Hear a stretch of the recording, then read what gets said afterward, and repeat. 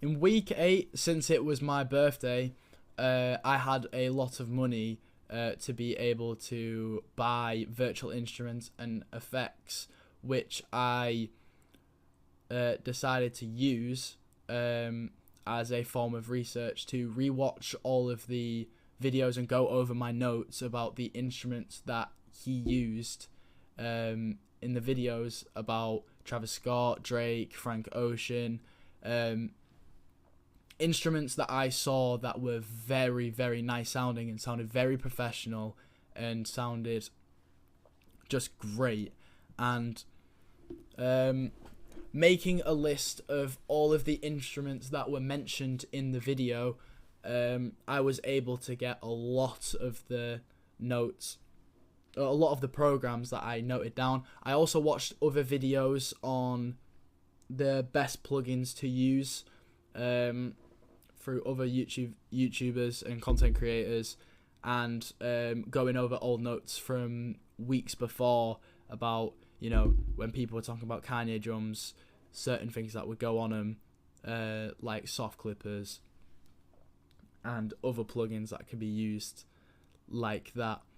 I thought the research was great. I thought it was really good because I ended up buying at least 70% of the instruments that I had noted down, and with that I was able to experiment with a lot of sound design, be able to explore the instruments, which I thought was absolutely phenomenal. I thought the purchases were great and they were well worth it, even though they were quite a bit expensive. All of the notes of the plugins are in research. They will be very close to this video, or this video. And yeah, I thought the research is just gonna do nothing but benefit me. This is these are instruments that are going to live way longer than sorry, give me a sec.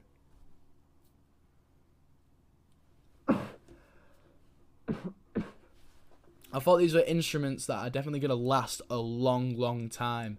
A lot of people compare the Alteria collection to thousands of pounds of analog synths, and for the price that I got them for, and to say that I don't have the money to, you know, all the space to be able to have multiple synths in my room, it's the perfect software for it. And I was very, very happy with the research that I did. I also discovered a program called Serato Sample that had a 31-day free trial, which is a very popular program for sampling just anything from soul samples, R&B samples, the whole lot. So I watched multiple videos noting down on how to use the program and how to just navigate it.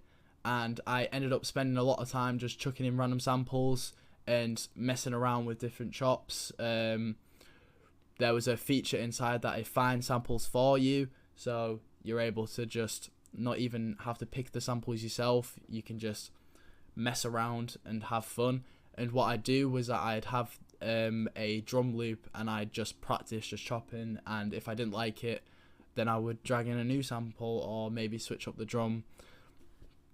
That research was also great. It's a program that doesn't just sample.